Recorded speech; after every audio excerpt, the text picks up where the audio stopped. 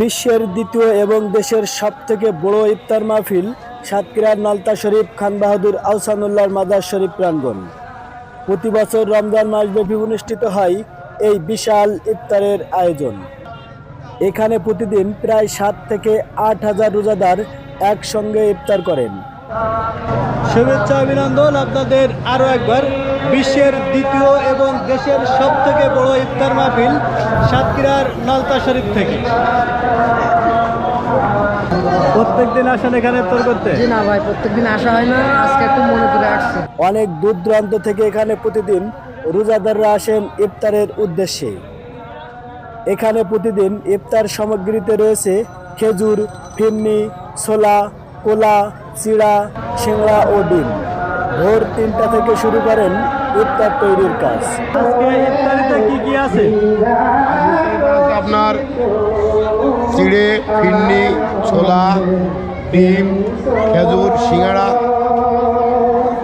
কলা। কতজন মানুষের ইফতারের আয়োজন আজকে? আজকে 6 থেকে 7,000 লোকের ইফতারি। বাইরে চলে গেছে অনেক ইফতারি, বাইরে অন্যান্য মসজিদে চলে গেছে মোট 10,000 লোকের ইফতারি। প্রতিদিন 150 জনেরও বেশি আহসানিয়া মিশনের স্বেচ্ছাসেবক ইফতার বন্টন করেন।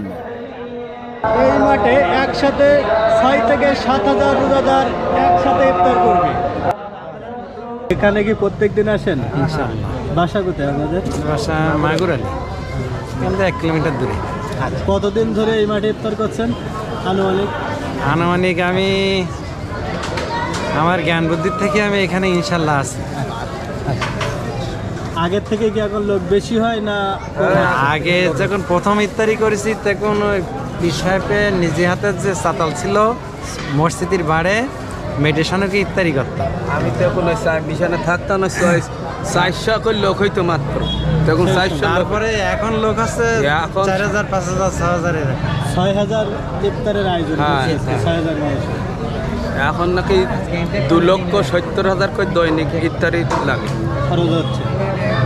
এই মাঠে দেখুন 7 থেকে 8,000 রোজাদার একসঙ্গে ইফতার করবে। সাতক্ষীরার নলতা শরীফ খান বাহাদুর আহসানুল্লাহ রহমাতুল্লাহ এর মাজার প্রাঙ্গণ। এখানে ধনী গরিব, সাদা কালো সব ধরনের মানুষ একসঙ্গে বসে ইফতার করেন, আর এটাই হলো ইসলামের সৌন্দর্য।